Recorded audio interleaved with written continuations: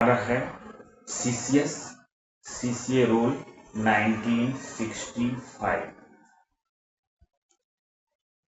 CCS central civil services CCA rules 1965।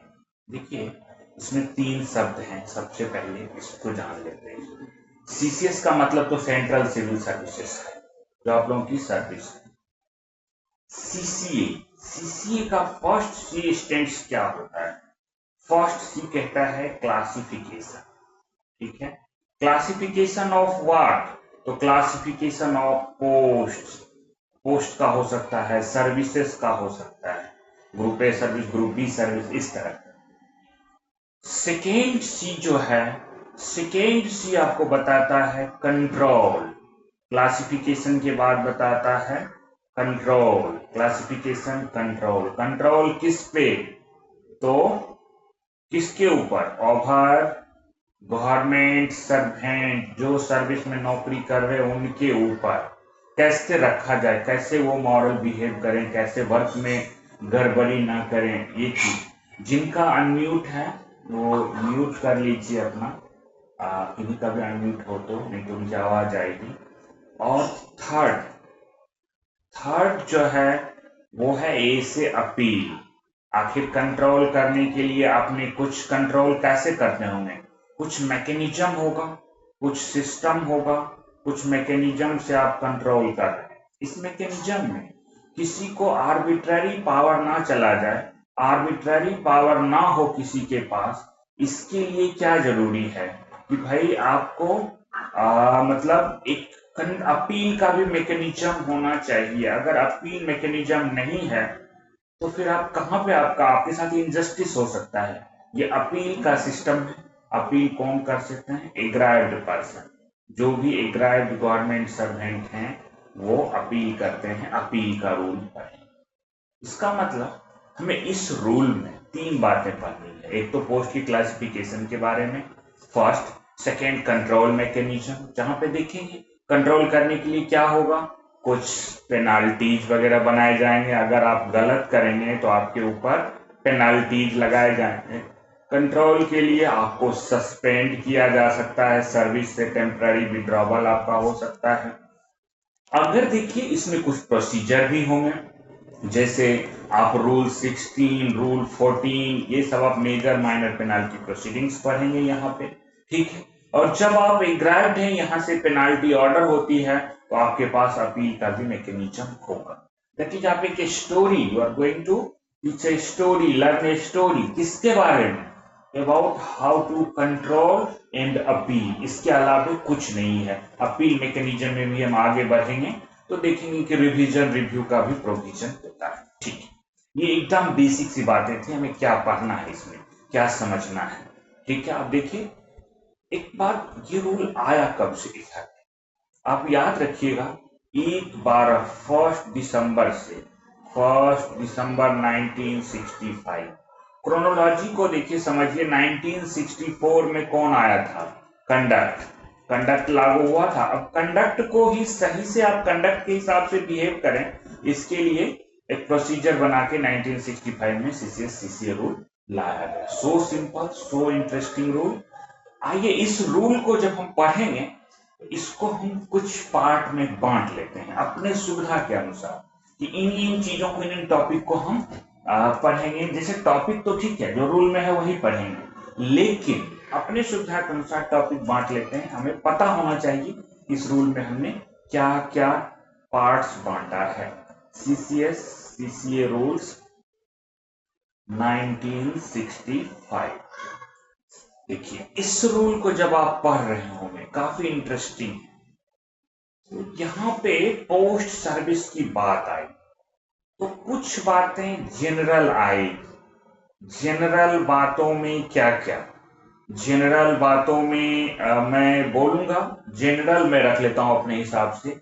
General बातों में मैं रख लूंगा जैसे कि पहला पहला देखिए, एक मैंने कहा था इंक्वायरी होती है, इंक्वायरी वर्सेस एक होती है इंक्वायरी आई से, एक ई से शुरू हो रहा है एक आई से शुरू हो रहा है। First inquiry begins from letter capital E, second जो इंक्वायरी वो है आई, इनिशिएट्स फ्रॉम आई।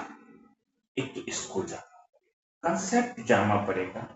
कौन होते हैं डिसिप्लिनरी ऑथोरिटी? क्या डिसिप्लिनरी ऑथोरिटी मोर देन वन हो सकते हैं? कोई तो होगा जो कंट्रोल करने के लिए, डिसिप्लिन इंश्योर करने के लिए हो।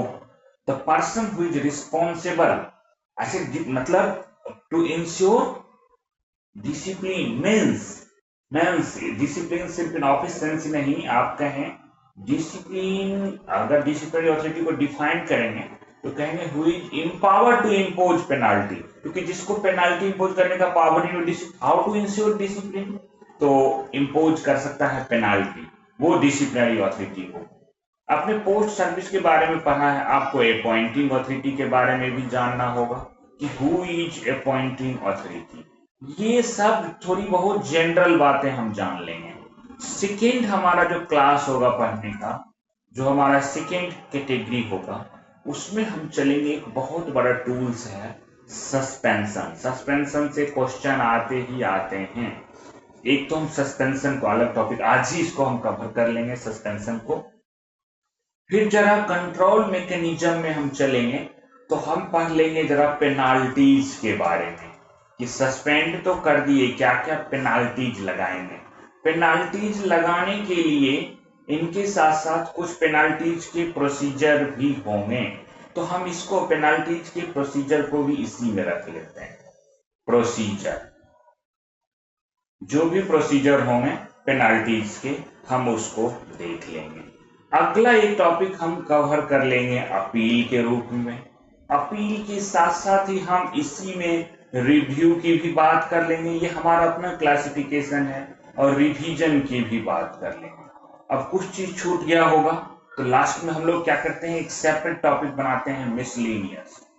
ये मिसलेनियस टॉपिक मिसलेनियस टॉपिक बना के हम लोग इसे पढ़ लेंगे। इसका मतलब हमारा क्लास, आज का क्लास जनरल और सस्पेंशन वाली चीजों को आज कवर करेंगे। सेकेंड क्लास में पेनाल्टी प्रोसीजर को कवर करने की कोशिश करेंगे, थोड़ा बहुत आगे पीछे। थर्ड क्लास में अपील, रिवीजन, रिव्यू और जो मिसलेनियस बातें उनको कवर करने की कोशिश करेंगे। That is our focus to cover in 3 classes holistically. कोई भी चीज छूटे ना, छूटेगा तो थोड़ा बहुत आगे पीछे हम उसमें क्लासेस में जैसे करते हैं अगले क्लास में लेके चलेंगे। अब इस रूल में आखिर सवाल यह आया कि सर कितने रूल्स हैं इसमें, how many rules are there in CCA rules, कितनी बातें हैं? ओनली 35 स्टेटमेंट्स हैं, 35 रूल्स हैं। बड़ा छोटा रूल्स है, थोड़ा थोड़ा कुछ रूल्स बड़ा है, प्रोसीजर्स वगैरह ऑटोमेटिकली थोड़ा बड़ा हो जाते हैं, because procedures like a story, you can understand and you can say something, you can tell something somebody कि ये होता है, ये होता है, just you will able to remember always, ठीक है। तो इसमें कुछ शेड्यूल्स भी हैं। शेड्यूल्स यू अंडरस्टैंड कि शेड्यूल का मतलब क्या होता है, एनेक्सर्स जिसको नॉर्मल आप लोग बोलते हैं, दैट इज कॉल्ड शेड्यूल। से शेड्यूल भी यहाँ पे 5 है। 5 शेड्यूल में क्या है, देखिए शेड्यूल के बारे में फर्स्ट जान लें। इन 5 शेड्यूल में आपको बनाया गया है सर्विस और पोस्ट के बारे में। जैसे देखिए जो रोमन फर्स्ट शेड्यूल हम कह रहे हैं, इसमें आपको बताया जाएगा ग्रुप ए सर्विस हो उसके बारे में, ग्रुप ए सर्विस के बारे में आप जानेंगे, पोस्ट के बारे में जानेंगे, इनकी कौन डिसिप्लिनरी ऑथोरिटी, मैं डीए लिख रहा हूं शॉर्ट में, डिसिप्लिनरी ऑथोरिटी है, कौन इनके लिए अपॉइंटिंग ऑथोरिटी है, कौन इनके लिए अपीलेट ऑथोरिटी है, अपीलेट ऑथोरिटी, ठीक है। ये सब चीजें आपको कहां मिलेगी, आप ग्रुप ए से संबंधित चीजों को देखने के लिए शेड्यूल 1 का इस्तेमाल करेंगे। सिमिलरली जो शेड्यूल 2 है, ठीक है, वो शेड्यूल 2 में ग्रुप बी का आपको मिल जाएगा। ग्रुप बी सर्विस कौन से है, पोस्ट कौन सा है, या उसके डिसिप्लिनरी ऑथोरिटी, अपीलेट ऑथोरिटी जो भी हैं, ये सारे डिटेल आपको मिल जाएंगे। जब आप ऐसे ही शेड्यूल 3 में चलेंगे, अब आप लोग भी पकड़ लिए होंगे कि शेड्यूल 3 में ग्रुप सी का मिलेगा। वैसे ही देखिए ग्रुप डी का 4 में दिया गया है, लेकिन ग्रुप डी को डीओपीटी ने आप वो कर रखा है, एबोलिश कर रखा है। इवन आपका पे कमीशन भी अब ग्रुप डी को कंसीडर नहीं कर रहा है कि नहीं एबोलिश है, बट रूल में है तो हमें जान लेते हैं कि ग्रुप डी से रिलेटेड इसमें है। हालांकि अब ये आप कह सकते हैं कि कुछ जगहों पे ये मेरा प्रैक्टिकल एक्सपीरियंस है कि मैंने देखा है वो अभी भी चेंज होके नहीं आए हैं, उनका अपना कुछ स्पेसिफिक रिक्वायरमेंट है। बट ठीक है, जो भी है, तो ग्रुप डी अभी रूल में है तो मैं उसे रख लेता हूं। बट वो सो मोटो गवर्नमेंट में कई बार होता है ना, चेंज नहीं करते हैं, ऑटोमेटिकली वो बिकम्स डिफंक्ट, अनवर्केबल हो जाता है, कोई है ही नहीं, तो ऑटोमेटिकली ग्रुप डी वाला बॉक्स ये हो जाएगा। और शेड्यूल, ये ग्रुप डी आपने देखा, ग्रुप सी शेड्यूल 4 था, वो ग्रुप डी से रिलेटेड था। शेड्यूल 5, जो शेड्यूल 5 है, देखिए आप लोग जब भी पढ़ते हैं हम हमेशा कहते हैं रूल्स एप्लीकेबल टू हूम, कहते हैं central government employ including civilian post in defence. तो इसमें जो सिविल पोस्ट इन डिफेंस हैं, जो भी civil post in defence services, उनका मिलेगा यहाँ पे। अगर आपको कभी ढूंढना होगा तो आप इस रूल में इसमें ढूंढ सकते हैं। थोड़ा सा स्ट्रक्चर्स डिफेंस में अलग हो सकता है, प्रोबेबिलिटी है, इसलिए इनको अलग रखा गया ताकि कोई भी कंफ्यूजन ना हो। चलिए, इंक्लूडिंग सिविलियंस इन डिफेंस सर्विसेज, जो भी हैं, चाहे वेरियस सर्विसेज के लोग हों, वो सब वहां पे इनके लिए ये शेड्यूल 5 आपको मिले। 5 शेड्यूल में क्या है, दैट इज क्लियर। अब चलिए हम लोग शुरुआत करते हैं जनरल वाली बातें। जो जनरल वाली बातें हम शुरुआत करेंगे, जनरल बातों में सबसे पहले इंक्वायरी वर्सेस इंक्वायरी। हम पढ़ रहे हैं सीसीएस सीसीए रूल्स 1965। एक बार क्वेश्चन आया था कि सीसीएस सीसीए रूल्स 1965 है, 64 है, 66 है, 63 है। अब उस वक्त याद ही नहीं आता एग्जाम में कि 65 ही है, इसलिए बार बार अपने नोटबुक में भी लिखिए, रिपीटेशन जो है आपको प्रैक्टिस से आप परफेक्ट हो जाएंगे। अब देखिए सीसीए रूल्स 1965 में मैं जब भी कहूं इंक्वायरी, ई वाला इंक्वायरी, इंक्वायर, ठीक है, इंक्वायर, और दूसरा मैं लिख रहा हूं वर्सेस आई वाला। इसको समझने का बहुत ही आसान तरीका है।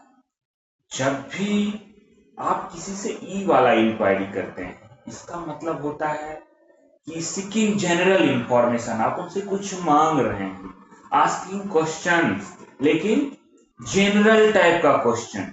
ठीक है, आप कह सकते हैं कि आस्किंग क्वेश्चन किसी से कोई चीज पूछ रहे हैं इन जनरल सेंस, मतलब आपका वो पोटेंशियल नहीं है, सिर्फ आपने पूछा कि क्या हुआ नहीं हुआ, जानकारी, लेकिन वो जो कह रहे हैं मान रहे हैं, ठीक है। लेकिन जो सेकेंड इंक्वायरी है, इसका जड़ ही इन्वेस्टिगेशन होता है। इन्वेस्टिगेशन आई से शुरू होता है, इन्वेस्टिगेशन आप लोग लिखते हैं, इन्वेस्टिगेट करते हैं, इन्वेस्टिगेशन ये यहीं से होता है। यहां मतलब कहिए स्पेसिफिक इन्वेस्टिगेशन। अब आप जांच पड़ताल कर रहे हैं, कोई कुछ कह रहा है उसको नहीं मान रहे हैं, ठीक है, ये है, आप कहिए तो एक स्पेसिफिक इन्वेस्टिगेशन ही क्या है। अब आप जांच पड़ताल करके पूरी तरह फैक्ट सबूत के साथ सब कुछ आते हैं, ये है इंक्वायरी। जब हम कहें, अब यहीं पे आप समझ लीजिए, आगे बड़ा काम आएगा आपको, मैं कहूं preliminary inquiry, preliminary inquiry, inquiry E लिखो, इसका मतलब है कि शुरुआती दौर में जांच पड़ताल हो रही। लेकिन मैं कहूं इंक्वायरी अथॉरिटी, आइए समझ जाइए, ये इन्वेस्टिगेट करने वाला, जांच करने वाला होगा, दोनों पक्ष इसके पास होंगे। मैं कहूं कि भाई डिसिप्लिनरी इंक्वायरी, अगर मैं कहूं डिसिप्लिनरी ये आईए है, चल डिसिप्लिनरी इंक्वायरी इधर रखते हैं, डीई छोटा वाला यूज करते हैं।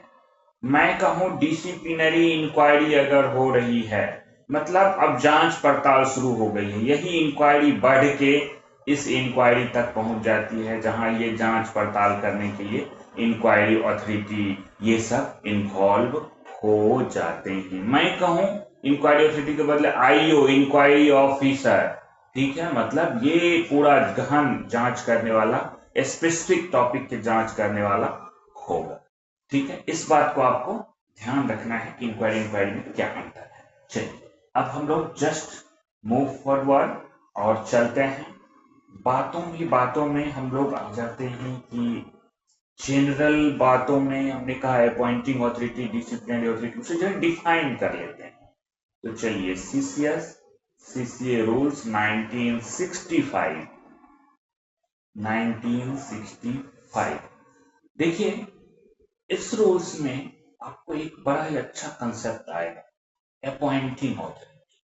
कई अथॉरिटी की बात आती है, appointing authority, disciplinary authority, appellate authority, ठीक है, सब बात करेंगे। अपॉइंटिंग अथॉरिटी क्या होता है? अपॉइंटिंग अथॉरिटी देखिए बड़ा ही बेसिक कंसेप्ट है। आपको ऐसा लगता है ना जो अपॉइंट करे, ठीक है, मतलब इम्पावर्ड पर्सन, इम्पावर्ड कह सकते हैं पर्सन टू मेक अपॉइंटमेंट, क्या कर सके? अपॉइंटमेंट कर सके। किस पे अपॉइंटमेंट कर सके? आप देखिए किसी पोस्ट में अपॉइंटमेंट हो सकता है आपका, मान लीजिए post of section officer, under secretary, deputy secretary, joint director, assistant director, deputy director, कुछ भी हो सकता है। तो किसी पोस्ट पे कर सकता है, किसी सर्विस में कर सकता है, ठीक है, जैसे सर्विस, या कई बार ग्रेड भी इसके लिए बोलते हैं, group A, group grade 1, grade 2, इस तरह के सर्विस में अपॉइंट कर सकता है। जो पर्सन को इस तरह का राइट है दैट इज अपॉइंटिंग अथॉरिटी। आप देखेंगे हमेशा, मैं एक एग्जाम्पल देता हूं, एग्जाम्पल के तौर पे ग्रुप ए सर्विसेज के लिए आप हमेशा देखेंगे कि प्रेसिडेंट है अपॉइंटिंग अथॉरिटी, आपके शेड्यूल में लिखा हुआ है प्रेसिडेंट है। प्रेसिडेंट जब भी बोलूं आपका सीसीए रूल कहता है मीन्स, इसका मतलब कंसर्न या respective minister, concern minister incharge, जो भी होंगे वो मिनिस्टर इंचार्ज होंगे। हर हमेशा आपने देखा होगा जिनका भी प्रेसिडेंट ग्रुप ए है तो प्रेसिडेंट है, लेकिन प्रेसिडेंट के पास फाइल नहीं जाती है, फाइल जाती है मिनिस्टर के पास, minister incharge. Minister incharge is agent of president, तो प्रेसिडेंट ने भेजा है अपॉइंट करके, तो उनके बिहाफ में हमेशा प्रैक्टिकल सेंस मिनिस्टर इंचार्ज रहेगा। ध्यान रखने, प्रेसिडेंट का मतलब ये रहेगा, प्रेसिडेंट इज प्लीज मतलब अप्रूवल ऑफ मिनिस्टर इंचार्ज से आप ये बात कह सकते हैं, ठीक है। ओरिजिनल प्रेसिडेंट मतलब भारत के राष्ट्रपति अगर कहें तो जनरल सेंस में कहते हैं, उन्हें कुछ पता भी नहीं होता है कि वो कब प्लीज हुए कब नहीं हुए, ठीक है। आइए, मिनिस्टर इंचार्ज ही उनके लिए काम कर रहे होते हैं, आपको ये रूल कहता है, ठीक है। जो किसी पर्सन को अपॉइंट कर सकता है वो किसी पोस्ट या सर्विस में वो उस सर्विस के लिए अपॉइंटिंग अथॉरिटी हो।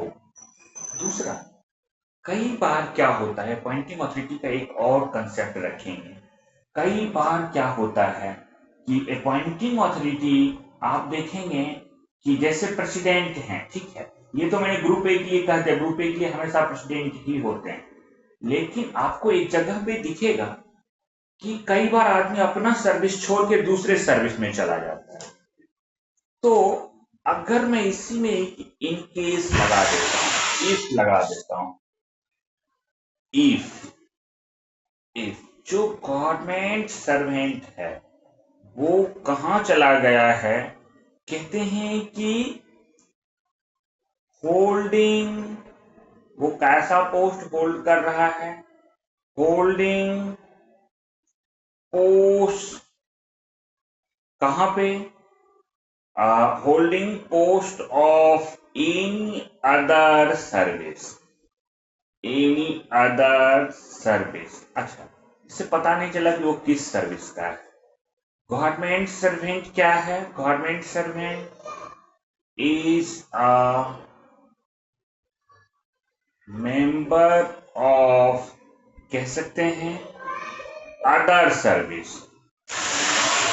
अदर सर्विस किसी सर्विस का है, अब वो कहाँ आ जाता है? Holding post of any other service, मतलब किसी दूसरे सर्विस में चला जाता है। मैं क्लैरिटी के लिए डिफरेंट सर्विस भी लिख देता हूं ताकि कोई कंफ्यूजन ना रहे। डिफरेंट सर्विस या पोस्ट जो भी कहे। तो ऐसे केसेस में आता है कि सर इसका तो अपॉइंटमेंट दो जगह हो रखा है। फर्स्ट मतलब एक पेरेंट कैडर ये हो गया, पेरेंट कैडर जो है किसी सर्विस का था, पेरेंट कैडर ये है, और ये अभी किसी डिफरेंट सर्विस में आके बैठा हुआ है। ऐसे केसेस में डिसाइड करने के लिए जो भी हायर होंगे, हायर ऑफ द बोथ, ठीक है, हायर ऑफ द बोथ, दोनों सर्विस के, whichever is higher authority, whichever is higher authority, जो भी होंगे हायर, वो क्या कहलाएंगे? वो उस समय के लिए क्या ट्रीट होंगे? Treated as appointing authority, treated as. अच्छा देखिए, कई लोग डेप्टेशन पे उनका रूल्स है कि कौन कौन पेनाल्टी के लिए क्या करने हैं। वापस अगर भेज दिए पेरेंट कैडर में तब तो बात ही खत्म हो गई ना। जब पेरेंट कैडर किसी को रिटर्न कर दी तो दो सर्विस में रहने की बात ही नहीं रही। ऐसे उनका पेरेंट कैडर कहीं और था और वो क्या थे, किसी और सर्विस में थे। तो ऐसे केसेस में कोई डिस्प्यूट नहीं करना है, ट्रीटेड एज अपॉइंटिंग ऑथोरिटी होगा। डिस्प्यूट के केसेस में क्या होगा? कोई भी अगर डिस्प्यूट होता है इस रूल से रिलेटेड, कोई भी डिस्प्यूट, तो इसको कौन करेगा? डिस्प्यूट हो, इंटरप्रिटेशन हो, क्लैरिफिकेशन हो, इसको करेगा, कहते हैं प्रेसिडेंट करेंगे सारा कुछ आपको। अब प्रेसिडेंट करेंगे, भाई प्रेसिडेंट तो करने आते नहीं है, तो डिसिप्लिनरी रूल के लिए जो नोडल है आपका department of personnels and training है। इनके साथ साथ आपको विजिलेंस मैटर में गाइडेंस के लिए, विजिलेंस मैटर में आपका कंसल्टेशन यूपीएससी के साथ रहता है। साथ साथ एक आपका विजिलेंस कमीशन है, आप लोगों को पता है, सीवीसी, सेंट्रल विजिलेंस कमीशन। इनका आपका करप्शन केसेस, ये केसेस आपको कंसल्टेशन की जरूरत पड़ती है। ये तीन बॉडी, क्लैरिफिकेशन चाहिए आपको, कहां जाना पड़ेगा? डीओपीटी जाना पड़ेगा, डीओपीएनटी। और कंसल्टेशन के लिए आपके दो बॉडी की जरूरत पड़ेगी, सीबीसी और यूपीएससी। बात करेंगे कहां कंसल्ट करते हैं, कहां नहीं करते हैं, कहां हमें सीबीसी जाना चाहिए, कहां यूपीएससी जाना चाहिए, ये हम लास्ट लेक्चर में आएंगे लेकर के, इस सब पे भी बात करेंगे ताकि आपको पूरी तरह से होलिस्टिक नॉलेज विद कंसेप्ट आपको हो सके। चलिए, अपॉइंटिंग अथॉरिटी को आपने समझ लिया। अब जरा समझते हैं कि हु इज डिसिप्लिनरी ऑथोरिटी। ठीक है, जरा देखिए, मैं फिर से हेडिंग डाल दूं, सीसीएस सीसीए रूल्स 1965।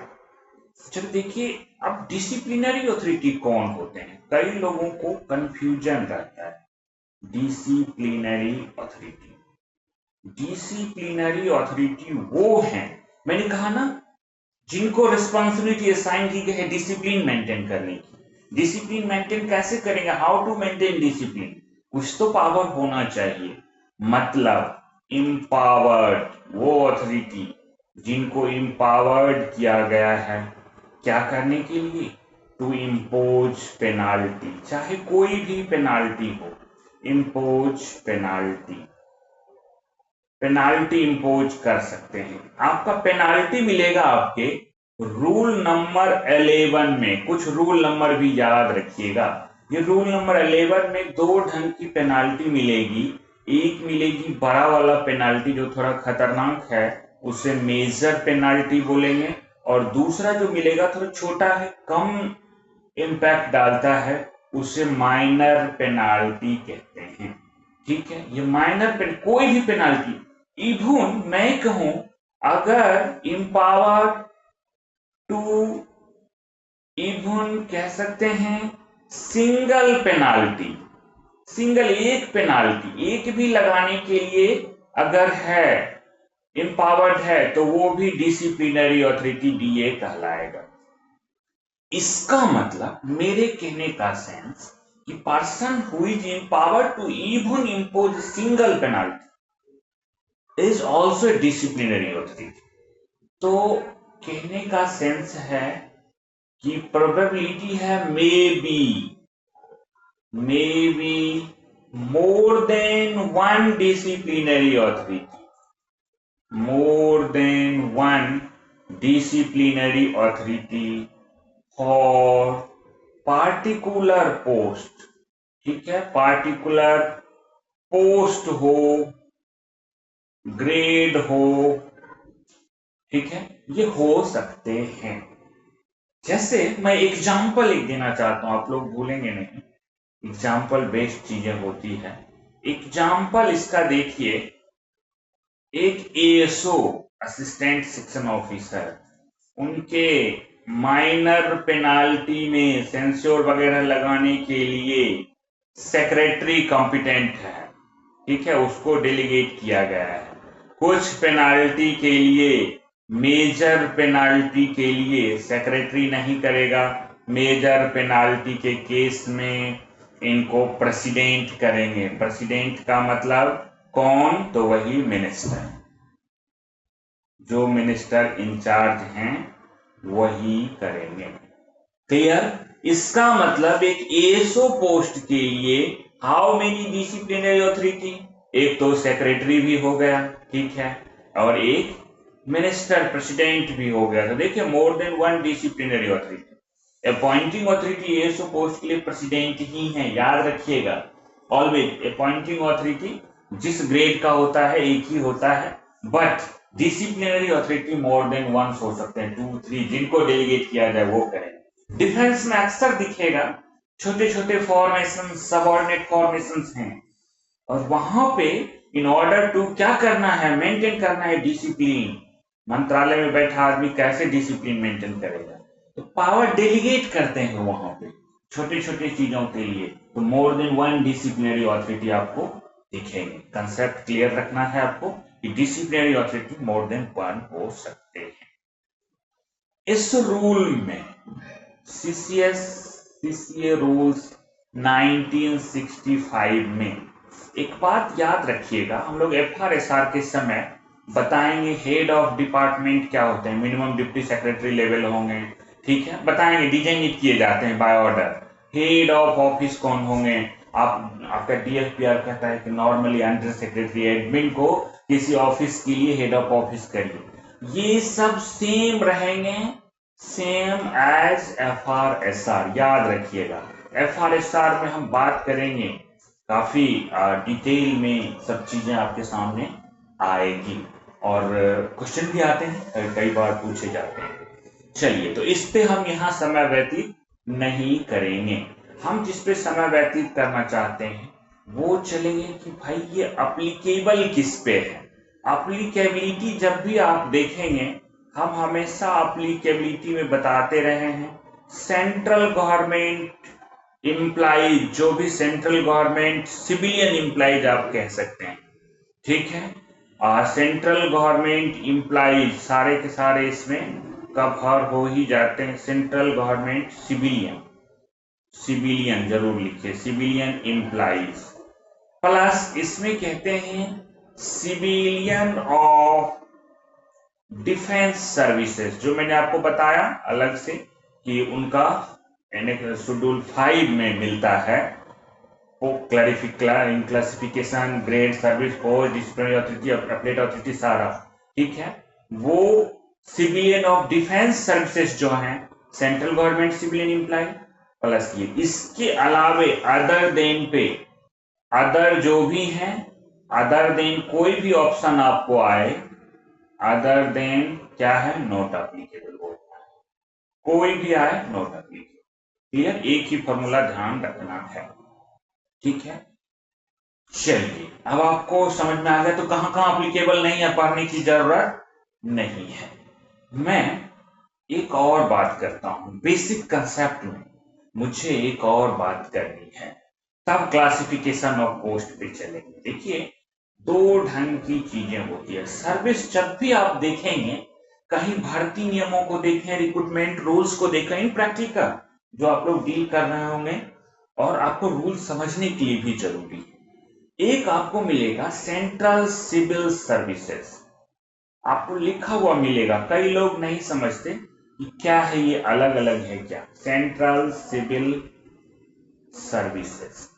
एक दूसरा मिलेगा आपको, जिसे मैं नीचे लिख रहा हूं, दूसरा मिलेगा, वो मिलेगा general central services. General central services. अब आप बोलेंगे सर ये दो सर्विस हो गया, हम कैसे पहचानें? सेंट्रल सिविल सर्विसेज की चर्चा आपको हर हमेशा, ठीक है, शेड्यूल में मिलेगा। कहां पे मिलेगा?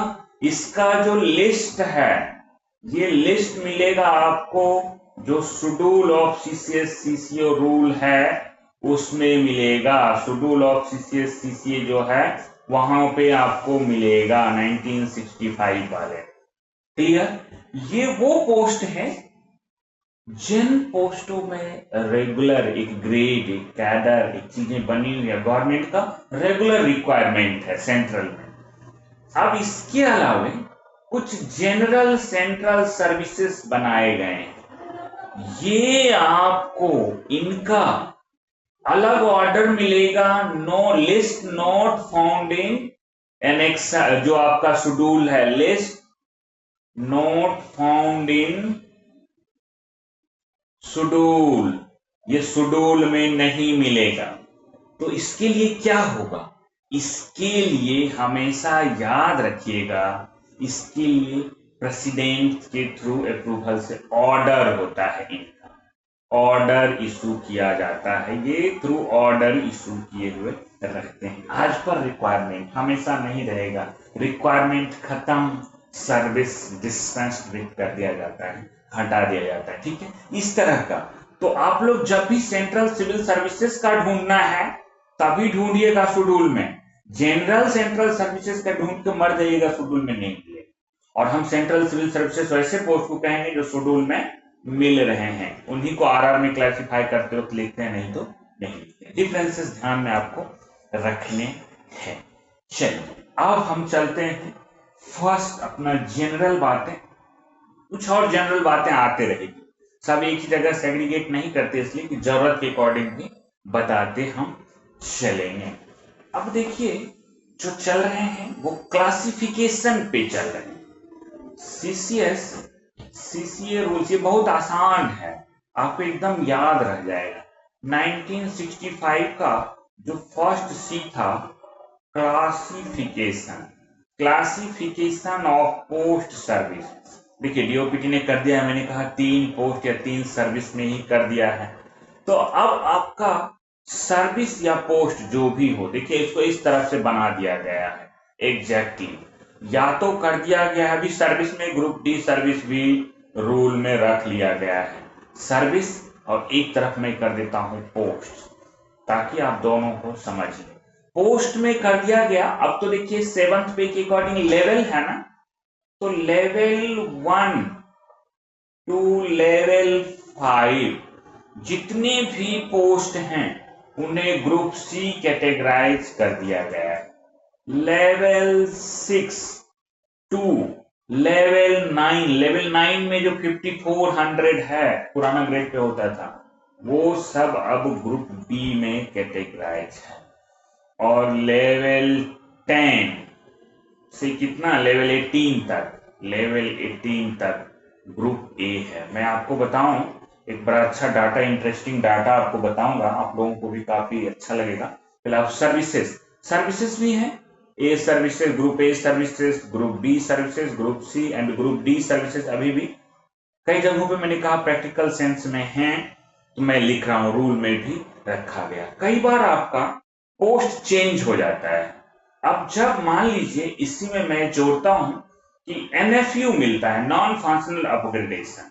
जैसे कि सेक्शन ऑफिसर लेवल 8 में ग्रुप बी गजेटेड होते हैं और उनको लेवल 10 मिल जाता है, वो लेवल 10 में चले जाते हैं 4 साल बाद NFU। जहां पे नॉन फंक्शनल अपग्रेडेशन हो, NFU चाहे आपको कुछ भी मिल जाए, not change the grade of post, ये नहीं चेंज करेगा, इससे आपका वही रहेगा, not change the grade of post. Clear? जैसे मैं एग्जांपल दूं आपके सामने कि एक सेक्शन ऑफिसर लेवल 8 का होता है, मतलब ग्रुप बी है, इसको 4 साल बाद, 4 इयर्स के बाद ये हो जाता है, NFU मिलता है, नॉन फंक्शनल अपग्रेडेशन, लेवल 10 में प्लेस कर दिया जाता है। बट स्टिल इसका ग्रुप चेंज नहीं होता, स्टिल ग्रुप बी ही रहता है। ऐसा नहीं है कि इसका ग्रुप बी से ग्रुप ए कर दिया जाए, लेवल 10 मैंने कहा ग्रुप ए में आना चाहिए, नहीं आएगा, ठीक है, ग्रुप बी ही रहेगा। स्पेसिफिक ऑर्डर है DOPT का, इसके लिए ध्यान रखिएगा। कई लोग इस तरह का ग्रुप ए रिप्रेजेंट भी करते हैं, लेकिन नहीं हो सकता। हाँ, फिर वो जब लेवल 11 में जाएंगे, promotion, by virtue of promotion they will be treated age group A services, part of group A services post. जो देखिए, जो ग्रुप ये आपका ग्रुप सी पोस्ट है, इसमें भारत सरकार के 86%, 87, फ्रैक्शन को अगर कर लें, 87% इंप्लाई इसी में आते हैं। ग्रुप बी में 9 पॉइंट कह सकते हैं कि आपको 81-82% जो है ग्रुप बी में आते हैं, और ग्रुप ए में 3.19% लोग आते हैं। तो आप सब एसोज ग्रुप बी में बिलोंग करते हैं। ध्यान रखना है, जितने सेंट्रल सेक्रेटरीट के एसोज हैं ग्रुप बी में, वो भारत के 9 इंडिया के 9.81%। एग्जैक्ट डाटा फ्रैक्शन में अंतर हो सकता है, डाटा वेरी करते रहता है, लेकिन मैं एक टेंटेटिव आइडिया 9 से 9.5 से 10 के बीच का 9.81% हमने रखा है। ये एसोज इसमें फॉल करते हैं, इसलिए जिम्मेदारी, रिस्पॉन्सिबिलिटी आपकी। 87% of the employees are group C, ठीक है। ये इस तरह से पे कमीशन भी कंसीडर करता है कि क्या भारत सरकार पे इंपैक्ट आएगा। ये एक्चुअल डाटा मैं आपके सामने बता रहा हूं, इस तरह का डाटा है। चलिए, अब हम लोग क्लासिफिकेशन को जान गए, कितना आसान था क्लासिफिकेशन। तो अब हम लोगों को बढ़ना चाहिए क्लासिफिकेशन के बाद कंट्रोल में। कंट्रोल अपने आप में काफी थोड़ा सा बड़ा है, उसी का मेजर पोर्शन होता है। आइए, CCS, CCA rules 1965। One person saying कि सर कंट्रोल के लिए इतना रूल बनाने की जरूरत क्या थी सर, इन्होंने तो माथा पच्ची कर दी, समझ में ही नहीं आता। कह रहे बहुत पढ़ने के बाद समझ में आता है सर, तो इतना नहीं बनाना था, ये तो बस सुपीरियर अथॉरिटी जो भी थे, जैसे एसओ के ऊपर एसओ, उनको पावर देता कि जो मन वो करो। अब सोचिए, ऐसा अगर कर दिया जाता तो गजब ही हो जाता। एसओ तो सारे एसओ को बोलता अपने सबऑर्डिनेट को या अंडर सेक्रेटरी, आपस में थोड़ी दुश्मनी होती तो तुरंत इसको ये पेनाल्टी लगा दे। इसलिए सरकार ने आपको, इसके पीछे इतने जो प्रोसीजर्स आए हैं, इसके पीछे कॉन्स्टिट्यूशन भी है, ठीक है। हम कॉन्स्टिट्यूशन के एक पार्ट को वहां पे छोड़े थे, कॉन्स्टिट्यूशन भी है जिसे मेसिलियंस की तरह रख लेंगे। कॉन्स्टिट्यूशन के भी कुछ रूल्स को आपको पढ़ने होंगे, हम बात करेंगे 309, 30, 310, 311, इन सब की हम बात करेंगे आर्टिकल। ये आर्टिकल काफी महत्वपूर्ण है, क्वेश्चन भी इससे आ सकते हैं। वहां से ऐसा नहीं है कि आप मतलब कोई आपके साथ संविधान है ऑलरेडी, आपको प्रोटेक्ट करता है, और यहाँ भी आपको प्रोटेक्ट करता है, कुछ राइट भी देता है। अब सबसे पहला चीज चलते हैं कि कंट्रोल, सेकेंड सी ले रहे हैं, फर्स्ट आपने पढ़ लिया, अब हम कंट्रोल के लिए चल रहे हैं। कंट्रोल में आइए, कई बार क्या होता है, किसी ने गलती की, या आपको उस पर शक हुआ है और वो सर्विस में बना हुआ है, he is continue in service, तो वो तो पार्ट्स ऑफ सिस्टम है और वो सिस्टम को इम्पैक्ट कर सकता है उसका। तो एक सबसे अच्छा मेथोडोलॉजी लाया गया, कहा नहीं कंट्रोल करने के लिए हर चीज ट्रांसपेरेंट मैनर में कर सकें, इम्पैक्ट ना पड़ सके किसी इंडिविजुअल का, उसके लिए एक व्यवस्था लाई गई, सस्पेंशन। सस्पेंशन इसका लाया गया, ये आपके रूल 10 में है, सस्पेंशन रूल 10 में है। काफी इंटरेस्टिंग और काफी क्वेश्चन आने वाला पार्ट है। इस सस्पेंशन में सिर्फ रूल 10 ही नहीं जुड़ता, इसके अलावे आप फंडामेंटल रूल जो कि आपकी सर्विस को गवर्न करता है, 53 भी जुड़ेगा, 54 भी जुड़ेगा, 55 भी जुड़ेगा। कभी कभी क्वेश्चन आ जाएगा कौन सा मोर एप्रोप्रिएटली जुड़ता है। जब आप इनको पढ़ेंगे, हम इनको अलग से करेंगे, अभी तो हम सस्पेंशन रूल 10 में कन्फाइंड होंगे, बट व्हेन वी स्टडी 53, 54, 55 आपके स्टडी मटेरियल में लिखा हुआ अभी ही मिलेगा सारा कुछ। आप देखेंगे कि which fundamental rule is more appropriately close to suspension, तो वहां पे चुनने में मोर एप्रोप्रिएट चुनना होगा। लेकिन ये अगर ऑप्शन में कई बार अगर कौन कौन से हैं ऑप्शन, ये तीनों आए तो आपको किसी एक ऑप्शन में है तो टिक करने हैं कि यस ये तीनों क्लोज हैं उनसे। सस्पेंशन सस्पेंशन सस्पेंशन को अब मैं पहले बताऊं कि ये कोई पेनाल्टी नहीं है, नॉट ए पेनाल्टी, ये कोई पेनाल्टी नहीं। सस्पेंशन का मतलब कि आप ऑफिस मत आओ, ऑफिस मत आओ, अब नहीं आओगे, काम नहीं करोगे तो कुछ कम पैसे देंगे, कुछ कम राइट देंगे, आपने कुछ गलती की है या आप पर कुछ शक तो हुआ है, शक ऐसे तो हुआ नहीं होगा, गवर्नमेंट में तो काफी सोच समझ के शक भी करते हैं, ठीक है, जो रूल कहता है मैं उसकी बात कर रहा हूं। तो सस्पेंशन पेनाल्टी नहीं है, ये है क्या, इसको आप डिफाइन करेंगे तो कहेंगे कि सर ये टेम्पररी विड्रॉवल है, आपको सर्विस से काम से हटा दिया गया, टेम्पररी विड्रॉवल फ्रॉम कह सकते हैं ड्यूटीज, जो आप काम असाइन किया गया था उस काम से रोक दिया गया। क्यों, वाई, क्योंकि ये डाउटफुल है आइदर, या ये फाउंड हो चुका है, मिल चुका है कि आपने in your disposal of duties आपने कहीं ना कहीं तो कुछ गड़बड़ किया ही है, इस वजह से आपको टेम्पररी विड्रॉवल किया जा रहा है ड्यूटीज से। Temporary withdrawal from duties, duties कहां से, मतलब गवर्नमेंट सर्विस, ये नहीं कि आपका फैमिली के प्रति जो ड्यूटीज है उससे नहीं, गवर्नमेंट सर्विस में क्लियर कर दूं, कोई इसका आप अलग मीनिंग ना कर पाए।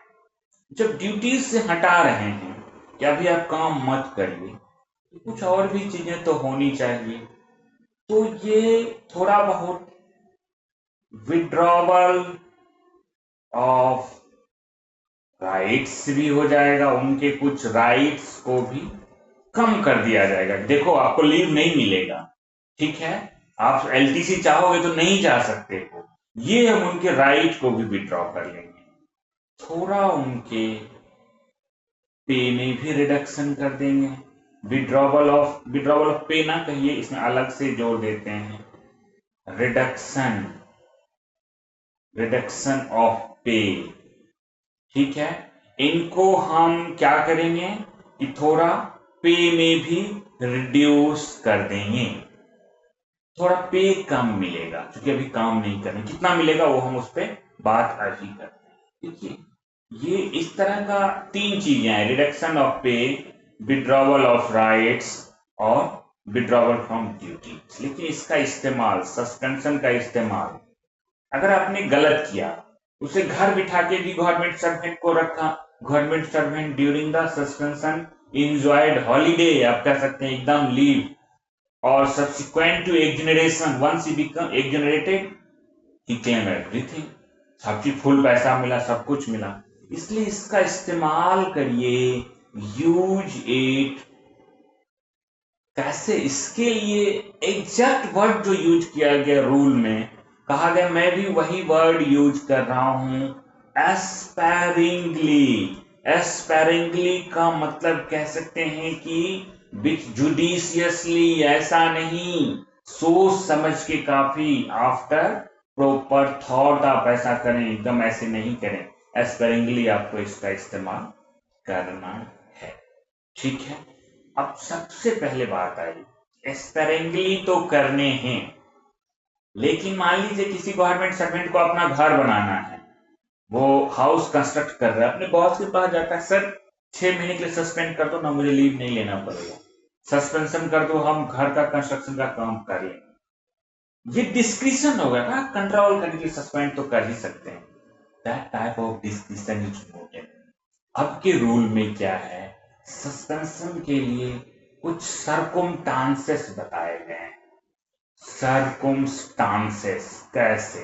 अब ये सर्कुमस्टांसेस कैसे कैसे हो सकते हैं? एक हो सकता है कि भाई आप मतलब सस्पेंड कर सकते हैं, मे सस्पेंड, मे सस्पेंड कुछ डिजायरेबल कंडीशन की। देखिए, डिजायर्ड है, डिजायरेबल कंडीशन है, सस्पेंड कर सकते हैं कि नहीं कर सकते हैं। तो आइए जरा बात करते हैं कि सबसे पहले हम सर्कुमस्टांसेस पे बात करेंगे, देयर आफ्टर हम ड्यूटीज से विड्रॉवल कब कब हो सकता है उन सर्कुमस्टांसेस को समझेंगे। फर्स्ट, देयर आफ्टर हम समझेंगे कि विड्रॉवल के बाद उनके कौन कौन से राइट चले गए, ये सेकेंड नंबर। थर्ड, हम समझेंगे रिडक्शन ऑफ पे में क्या कर दिया गया। आई तीन चीजें यहां से निकल के आई है, तो हम तीन चीजों को फर्स्ट कवर करते। चलिए, सबसे पहला आपने क्या देखा, सर्कुमस्टांसेस। सस्पेंशन के लिए कहां पे आप सस्पेंशन कर सकते? देखिए, क्या सर्कुमस्टांसेस हो सकता।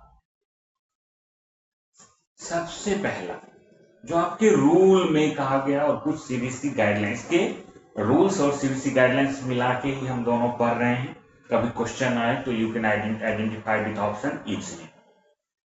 देखिए, सर्कुमस्टांसेस है, अगर मान लीजिए कह सकते हैं किसी का डिसिप्लिनरी प्रोसीडिंग, आप देखिए मतलब उसने कुछ गलत किया है, तो डिसिप्लिनरी प्रोसीडिंग उसके ऊपर हो सकता है।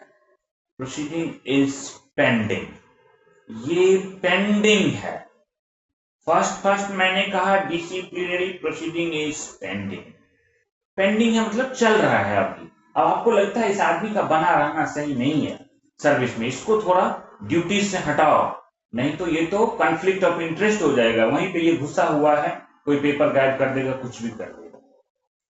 दूसरा है कि disciplinary proceeding contemplated. What do you mean by contemplated? Contemplated का मतलब है कि इज बीइंग कंसीडर्ड, हो रहा है, और फ्यूचर प्लान है, डाउट है, और इन पे डिसिप्लिनरी प्रोसीडिंग हो सकती है। इसके ऊपर क्या है कि मतलब कंसीडरेशन चल रहा है, किसके लिए? कंसीडरेशन फॉर डिसिप्लिनरी या डिपार्टमेंटल प्रोसीडिंग, ये चल रहा है। अगर ये चल रहा है, कंटेम्पलेटेड है, और आपको लग रहा है कि करेंगे इसको, पहले सस्पेंड कर लेते हैं, नहीं तो ये तो बड़ा गड़बड़ कर देगा, होने ही नहीं दे, ऐसे केसेस में आप कर सकते हैं किसी भी गवर्नमेंट सर्वेंट को। तो फर्स्ट जो मैंने कहा, एक नंबर ही रखते हैं। फर्स्ट मैंने कहा अगर डिसिप्लिनरी प्रोसीडिंग पेंडिंग हो या कंटेम्पलेटेड हो। आइए, सेकेंड सर्कुमस्टांसेस क्या अराइज होता है, ठीक है। अगर मान लीजिए सेकेंड, ये कौन डिसाइड करेगा? डिसिप्लिनरी ऑथोरिटी, कॉम्पिटेंट ऑथोरिटी, जो भी डिसिप्लिनरी ऑथोरिटी है, उनको लगता है कि इसके लिए मैं लिखता हूं कॉम्पिटेंट ऑथोरिटी। कॉम्पिटेंट ऑथोरिटी मतलब कोई भी डिसिप्लिनरी ऑथोरिटी, चाहे मोर देन वन है तो भी। कॉम्पिटेंट ऑथोरिटीज को अगर लगता है कि गवर्नमेंट सर्वेंट जो है वो ऐसे एक्टिविटीज में इंगेज है, engage in activities जो क्या है, harmful, detrimental to security of state है, ठीक है, किसके लिए हार्मफुल है, और उसके लिए रूल में कौन से शब्द इस्तेमाल करते हैं, आरटीए में भी इस्तेमाल करते हैं, प्रीजुडिशल।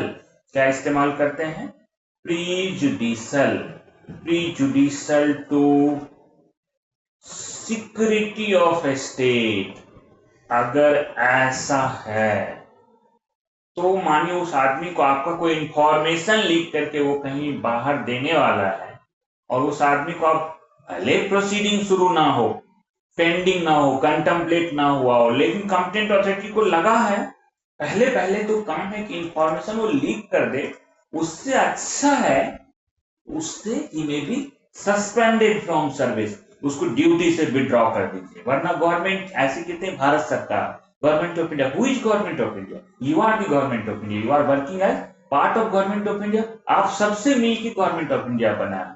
मैं कहूँ एक बिल्डिंग, बिल्डिंग क्या है, set of BRICS along with जो कंक्रीट ये मिलके ये बिल्डिंग बन गया, that is government of India. कौन है गवर्नमेंट ऑफ इंडिया, एक ब्यूरोक्रेसी सिस्टम पूरा बन के भारत सरकार बनता है। तो सबसे पहले उसको क्या करना है, विड्रॉ कर देना है, तुरंत सस्पेंड कर देना है। थर्ड, देखिए थर्ड कंडीशन जो है, अगर मानिए कि क्रिमिनल ऑफेंस का क्या चल रहा है, इन्वेस्टिगेशन